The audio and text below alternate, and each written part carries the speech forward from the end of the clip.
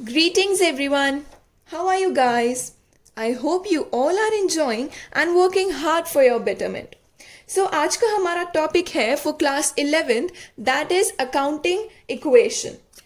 Accounting equation को पढ़ने की ज़रूरत क्या है, पहले मैं आपको वो बताऊंगी. तो अकाउंटिंग इक्वेशन को पढ़ने की ज़रूरत ये होती है कि accounts is based on double entry system. Getting it? Account में कोई भी, अकाउंटेंसी में कोई भी ट्रांजैक्शन हो, कोई भी इवेंट हो, कुछ भी हो, तो उसकी डबल एंट्री होती है. यानी कि किसी ना किसी अकाउंट में वो डेबिट होगा या किसी ना किसी अकाउंट में क्रेडिट होगा. ठीक है. तो बेसिकली अकाउंटिंग इक्वेशन पढ़ने के बाद डबल एंट्री सिस्टम वाला कॉन्सेप्ट जो है क्लैरिटी दे देता है हमें. ठीक है. और डेबिट्स और क्रेडिट किस तरीके से रिकॉर्ड होने चाहिए, मतलब एक्यूरेटली रिकॉर्ड होने चाहिए, वो भी हमें समझ आ जाता है अकाउंटिंग इक्वेशन पढ़ने के बाद. Prior to understanding an accounting equation, it is essential to know about a balance sheet. Accounting equation पे जाने से पहले हम लोग क्या पढ़ेंगे? That is balance sheet. So ये एक एग्जाम्पल है बैलेंस शीट का इन अ टी फॉर्म. इसके थ्रू मैं आपको समझाती हूँ व्हाट इज बैलेंस शीट. तो बैलेंस शीट क्या होती है? Balance sheet shows the financial position of a business. यानी कि जिस भी बिजनेस की बैलेंस शीट होगी उनके पास कितनी एसेट्स और कितनी लाइबिलिटीज हैं, ये हमको कौन बताएगी? Balance sheet. यानी कि फॉर एग्जाम्पल मेरे पास जितनी भी प्रॉपर्टी है वो सब क्या होंगे? मेरे एसेट्स. अगर मेरे पास गाड़ी है, मकान है, एवरीथिंग, जो कुछ भी मेरी प्रॉपर्टी है जिसको मैं यूज कर रही हूँ, जिससे मैं बेनिफिट्स ले रही हूँ, तो वो मेरे क्या होंगे? एसेट होंगे. और अगर मैं किसी को कोई अमाउंट ओ करती हूँ, यानी कि मेरे पास उधार है किसी का भी, तो वो मेरी क्या होगी? लाइबिलिटी. फॉर एग्जाम्पल अगर मैंने मेरे पापा जी से 10,000 रुपए उधार पे ले रखे हैं तो वो मेरी लाइबिलिटी होगी, क्योंकि मुझे आज नहीं तो कल पापा को वो 10,000 रुपए लौटाने हैं, क्योंकि वो मेरे नहीं है, मैंने उनसे ले रखे हैं. एसेट्स मेरी होती हैं, मैं जब चाहूँ उन्हें अब जिस तरीके से यूज कर सकती हूँ. ठीक है. उसका ओनरशिप राइट मेरे साथ है, उससे रिलेटेड जितने भी बेनिफिट्स हैं वो सब सिर्फ मैं ही अक्रू कर रही हूं, तो वो होंगे एसेट्स. एंड जो मैं ओ करती हूं वो होगी लाइबिलिटी. तो अब बात करते हैं, यहाँ पे राइट साइड में आते हैं एसेट और लेफ्ट साइड में आती है कैपिटल एंड लाइबिलिटीज. तो कैपिटल आप देख सकते हैं, ये एक एग्जाम्पल है. कैपिटल बिजनेस के लिए लाइबिलिटी होती है. दो बिजनेस का ओनर इस बिजनेस में कैपिटल इंट्रोड्यूस करता है, ये आपने फर्स्ट चैप्टर इंट्रोडक्शन में पढ़ा होगा, लेकिन स्टिल ये बिजनेस के लिए तो लाइबिलिटी होती है, क्योंकि बिजनेस को ये in the form of profit या फिर किसी भी तरीके से बिजनेसमैन को रिटर्न करना पड़ता है. ठीक है. अब ये वाली जो लाइबिलिटीज हैं इनको कहते हैं हम थर्ड पार्टी लाइबिलिटीज. यानी कि ये वो लाइबिलिटीज हैं जो हम बाहर के लोगों से ओ करते हैं. क्रेडिटर्स और बैंक ओवरड्राफ्ट. क्रेडिटर्स मतलब जिनको हमें पेमेंट करना है, और बैंक ओवरड्राफ्ट यानी कि बैंक को हमें पेमेंट करना है. तो ये हो गई थर्ड पार्टी लाइबिलिटीज. क्या हो गई ये हो गई थर्ड पार्टी लाइबिलिटीज. जो कैपिटल है वो बिजनेसमैन को ही तो देने हैं. ठीक है. तो वो थर्ड पार्टी नहीं हुई, क्योंकि बिजनेसमैन ही तो बिजनेस चला रहा है, तो वो बिजनेस के लिए थर्ड पार्टी नहीं हुआ. लेकिन क्रेडिटर्स और बैंक थर्ड पार्टी होंगे इन केस अगर हम उनसे कोई लाइबिलिटी ओ करते हैं. देन आती है बात एसेट्स की. तो एसेट्स बैंक बिजनेस के केस में क्या होते हैं? Cash and bank.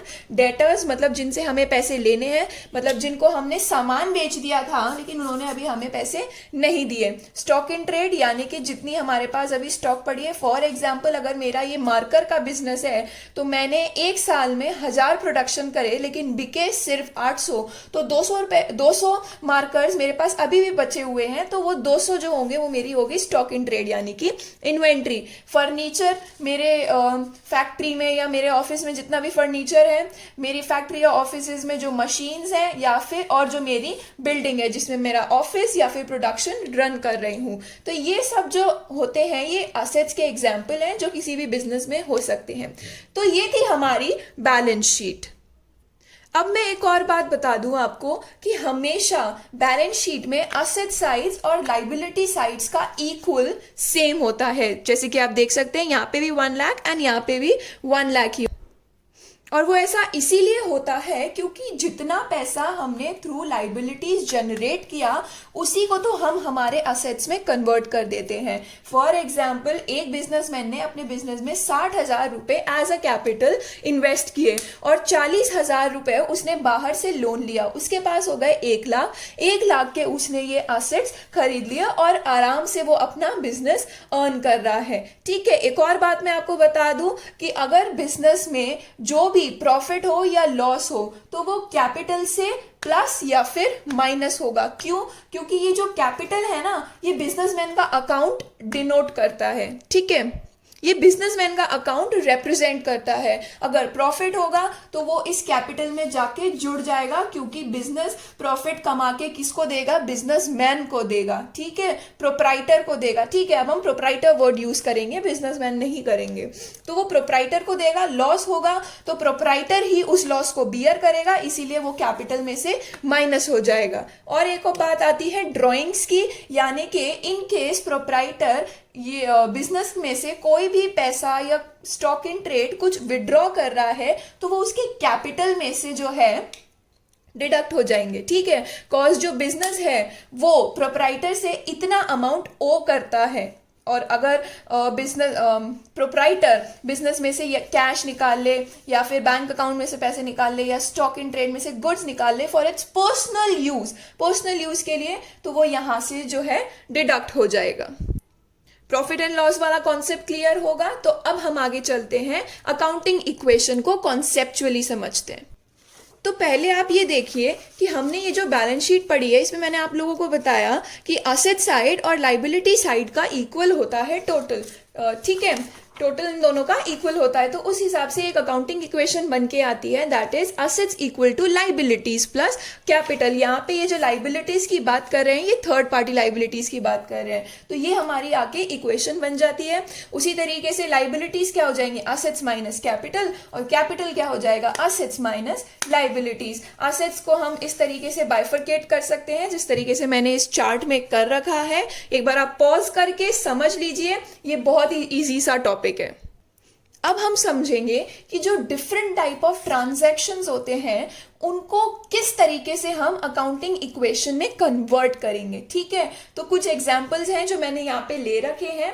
तो ट्रांजैक्शंस इन अकाउंटिंग इक्वेशन, सबसे पहला, Gopal started business with 75,000 as capital. मतलब गोपाल ने एक बिजनेस स्टार्ट किया और उस बिजनेस में उसने 75,000 कितने? 75,000 एज कैपिटल इंट्रोड्यूस किया। तो अब 75,000 बिजनेस के पास क्या आ गया? असेट आ गया 75,000 का, लेकिन उसको गोपाल को ये देने हैं, मतलब बिजनेस ओ करता है गोपाल से। तो ठीक है, ये कैपिटल में भी आ गया। ये कैपिटल अकाउंट में दोबारा से बताऊंगी, प्रोप्राइटर के अकाउंट को डिनोट करता है, प्रोप्राइटर के अकाउंट को रिप्रेजेंट करता है कैपिटल अकाउंट। ठीक है, तो असेट्स हमारे पास यहाँ पे कैश वाली आ गई। कौन सी वाली आ गई? कैश वाली, और कैपिटल 75,000। ठीक है, अब हम बात करते हैं, Gopal purchase furniture for cash 5,000, यानी कि जो 75,000 उसने यहाँ पे आके इन्वेस्ट किए उनमें से 5,000 निकाल के उसने बिजनेस के लिए फर्नीचर ले लिया, वो भी कैश में। ठीक है, तो अब यहाँ पे असेट्स का मैं बाइफरकेशन करती जाऊंगी। यहाँ पे मैंने सिर्फ असेट्स लिखा था, लेकिन जैसे जैसे असेट्स बढ़ते जाएंगे यहाँ पर बाइफरकेशन होता जाएगा। ठीक है, तो कैश और फर्नीचर, आज की डेट पे हमारे पास क्या असेट्स हैं? कैश जो हमारे थ्रू कैपिटल आया दैट इज 75,000, और फर्नीचर जो अभी हमने परचेज किया 5,000 का। ठीक है, तो पुरानी वाली इक्वेशन क्या थी? 75,000 असेट यानी कि कैश, और लाइबिलिटीज में कैपिटल यानी कि 75,000। ये इक्वल चल रहा था, assets is equals to liability side. अब क्या हुआ? हमने फर्नीचर लिया 5,000 का, वो भी कैश में, तो कैश में से 5,000 डिडक्ट हो गए और 5,000 का फर्नीचर आ गया। तो नई इक्वेशन बन के आई 70,000 कैश, 5,000 फर्नीचर, लाइबिलिटी 0। लाइबिलिटीज यहाँ पे किस बारे में हो रही है? थर्ड पार्टी लाइबिलिटीज, और कैपिटल तो 75,000 है ही।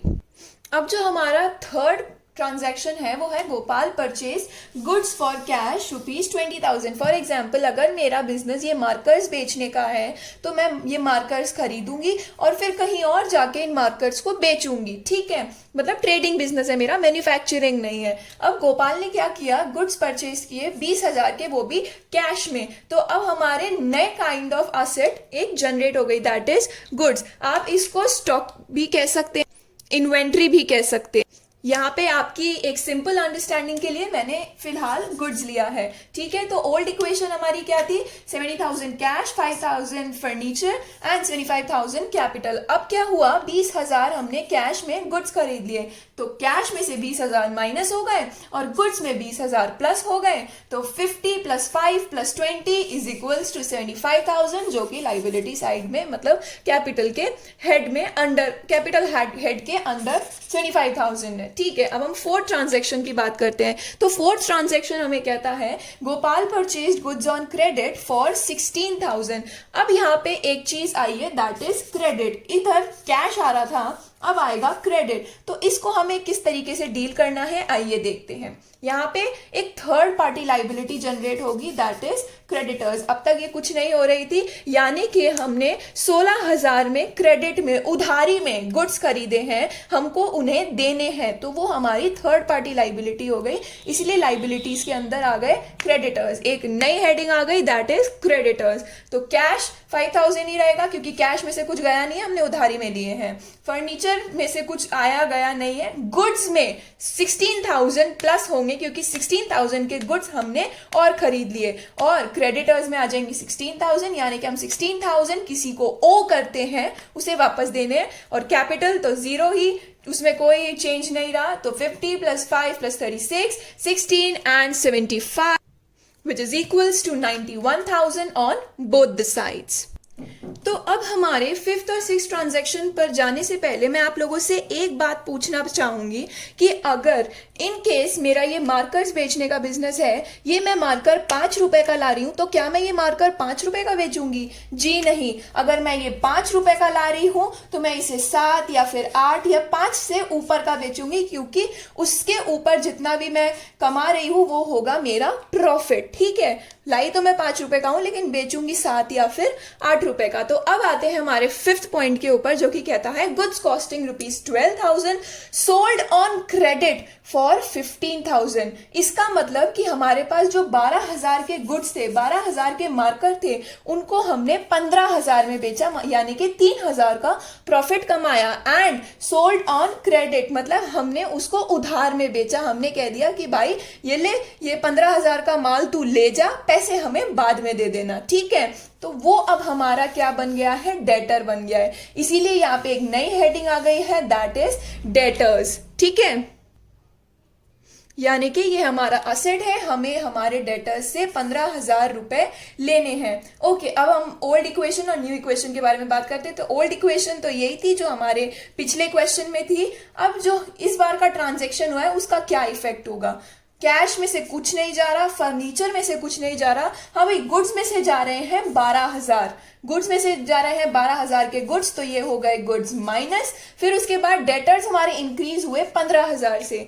तो यार अब तो ये 3,000 का क्या करें? मैंने आपको पहले ही बताया था कि जब कोई भी प्रॉफिट होता है बिजनेस में तो वो कैपिटल अकाउंट में एडजस्ट होता है, कोई भी प्रॉफिट हो या कोई भी लॉस हो। अब यानी कि बिजनेस को 3,000 रुपए एज अ प्रॉफिट प्रोप्राइटर को रिटर्न करने हैं, तो वो उसके कैपिटल में प्लस हो गया। तो अब बिजनेस जो है वो प्रोप्राइटर को 75,000 के बजाय कितने लौटाएगा? 78,000, यानी कि 3,000 का जो है उसका प्रॉफिट होगा। तो 50,000 + 5,000 + 25,000 + 24,000 + 15,000 is equals to 16,000 + 78, which amounts to 94,000। हमारे पिछले वाले एग्जाम्पल में टोटल आ रहा था 91,000। अब जस्ट बिकॉज हमने 3,000 का प्रॉफिट कमा लिया, तो अब हमारा असेट और लाइबिलिटीज का टोटल आ रहा है 94,000। अब ये बहुत ही सिंपल सी चीज है, लेकिन इसे समझना पड़ेगा, ध्यान से सुनिएगा। लास्ट पॉइंट, पेड 1,000 एज अब इससे पहले मैं आप लोगों को एक चीज बताना चाहूंगी कि बिजनेस में क्या होता है। प्रॉफिट या लॉस निकालने के लिए हमें जितनी भी कमाई हुई, ठीक है, मतलब जितना भी हमें रेवेन्यू अर्न हुआ, मैंने इन मार्कर्स को बेचा, मुझे 10,000 का रेवेन्यू अर्न हुआ, लेकिन ये मार्कर्स आए थे मेरे 5,000 के, ऊपर से उन पे मैंने लाइक ट्रांसपोर्टेशन कॉस्ट या फिर मेंटेनेंस कॉस्ट मिला के वो हो जाते हैं 1,000 भी प्लस कर दो तो वो हो जाते हैं 6,000 के, 6,000 का उनका कॉस्ट आ जाता है, ठीक है। तो प्रॉफिट या लॉस निकालने के लिए हमें क्या करना पड़ता है, जितना हमने अर्न किया उसमें से कॉस्ट को माइनस करना पड़ता है। मुझे ये मार्कर पड़ रहे थे 6,000 के कुल मिला के, ठीक है, लेकिन मैंने इनको बेचा 10,000 में, तो मेरा प्रॉफिट यहाँ पे कितना हुआ, दैट अमाउंट्स टू 4,000। तो ये प्रॉफिट निकालने के लिए हमें एक अकाउंट बनाना पड़ता है जिसका नाम है P&L अकाउंट, यानी कि प्रॉफिट एंड लॉस अकाउंट। और फिर इस अकाउंट में से जितना भी प्रॉफिट या लॉस होता है वो कैपिटल अकाउंट में एडजस्ट होता है। तो अब बात करते हैं 6th पॉइंट की, which says paid ₹1,000 as rent, ठीक है। तो हमने पे किया, तो यानी कि कैश में किया, ठीक है, कैश में से 1,000 डिडक्ट हो गए, फर्नीचर में कोई चेंज नहीं, गुड्स में कोई चेंज नहीं, डेटर्स में कोई चेंज नहीं, क्रेडिटर्स में कोई चेंज नहीं, हाँ, लेकिन कैपिटल में से 1,000 लेस हो जाएंगे, क्योंकि मैंने आपको बताया था प्रॉफिट एंड लॉस में हम लोग रेवेन्यू में से सारी कॉस्ट माइनस करते हैं, फिर जो प्रॉफिट होता है वो यहाँ से एडजस्ट होता है। तो अब हम वापस जाके प्रॉफिट एंड लॉस तो बनाएंगे ही नहीं, हमें जबकि पता चल गया है कि 1,000 एज रेंट हमने पे किया है, तो वो कैपिटल अकाउंट से ही एडजस्ट हो जाएगा, यानी कि जो कैपिटल है 78,000 वो 1,000 से लेस हो जाएगा, ठीक है। ये किस चीज का इफेक्ट है, ये एक लॉस होने का इफेक्ट है, 1,000 का लॉस होने का इफेक्ट है। अब हमारा कैपिटल कितना आ गया, 7,000। कोई भी प्रॉफिट होगा वो प्लस होगा, कोई भी लॉस होगा वो माइनस होगा कैपिटल में से, ठीक है। तो ये तो हमारी थी कॉन्सेप्चुअल अंडरस्टैंडिंग। नेक्स्ट वीडियो में मैं 2 या 3 कोई ऐसे क्वेश्चंस उठाऊंगी जो कि सारे के सारे कॉन्सेप्ट्स को कवर करें, ठीक है। तो तब तक के लिए stay home and stay safe. अगर मेरा वीडियो पसंद आया तो लाइक करिए, कोई भी चीज समझ में नहीं आए, कोई भी क्वेरी है, कोई मिस्टेक है, मैंने इन पेजेस में एक मिस्टेक करी थी, वापस से वीडियो देखिए और वो मिस्टेक ढूंढिए और मुझे कमेंट बॉक्स में प्लीज बताइएगा, सो दैट मुझे भी पता चले आप लोग मन से पढ़ाई कर रहे हैं या नहीं। अपने फ्रेंड्स के साथ शेयर कीजिए and do not forget to subscribe my channel. Thank you so much everyone.